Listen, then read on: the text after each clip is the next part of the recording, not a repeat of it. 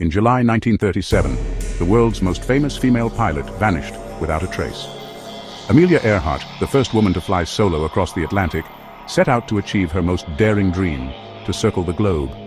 But somewhere over the Pacific Ocean, she disappeared, leaving behind one of the greatest mysteries in aviation history. Amelia wasn't just a pilot. She was a global icon. At a time when women were told they couldn't match men in the skies, she proved everyone wrong. By 1937, she had broken records, inspired millions, and decided to push the limits further with an ambitious journey around the world.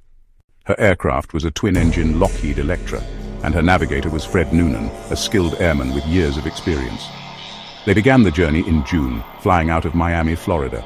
Over the next several weeks, they crossed South America, Africa, India, and Southeast Asia. By the start of July, they had completed more than two-thirds of the trip.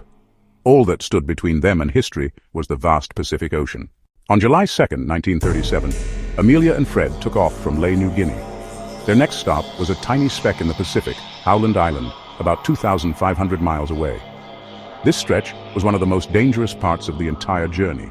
They would be flying for nearly 20 hours over open ocean with no landmarks to guide them. To help, the U.S. Coast Guard stationed the ship Itasca near Howland Island, ready to communicate with Amelia's plane by radio. For hours, the Itasca received messages from her. She reported her position and asked for guidance, but her transmissions grew more desperate as the flight continued. One of her last messages said, "We must be on you, but cannot see you. Gas is running low." And then, silence. Earhart and Noonan never arrived. They had simply vanished. The disappearance shocked the world.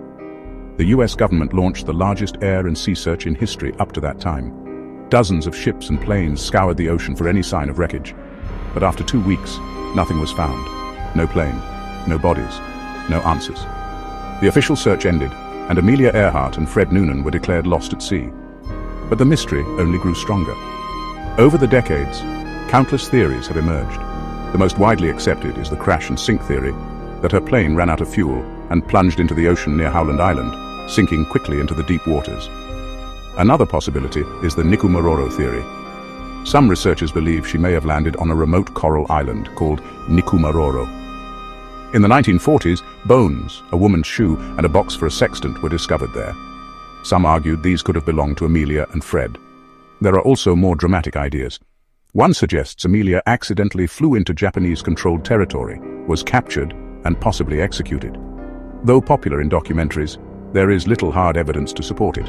And then there's the spy theory, that Amelia was secretly working for the U.S. government, using her flight as a cover to gather intelligence on the Pacific.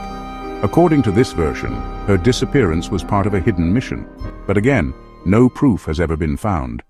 What we do know is that Amelia Earhart's courage and spirit never disappeared. She was more than a pilot. She was a pioneer who shattered gender barriers and proved that adventure has no limits. Her mysterious end only adds to her legend, keeping her name alive nearly a century later. Even today, researchers continue to search the Pacific for answers, using sonar, submarines, and satellites. But the ocean has kept its secret well. Perhaps one day the wreckage will be discovered, or perhaps the mystery will remain unsolved forever. So, what really happened to Amelia Earhart? Did she crash into the ocean, survive on a deserted island, or vanish with secrets we may never uncover? Whatever the truth is, her story continues to inspire, reminding us of the risks we take in pursuit of dreams and the mysteries that still lie beyond the horizon.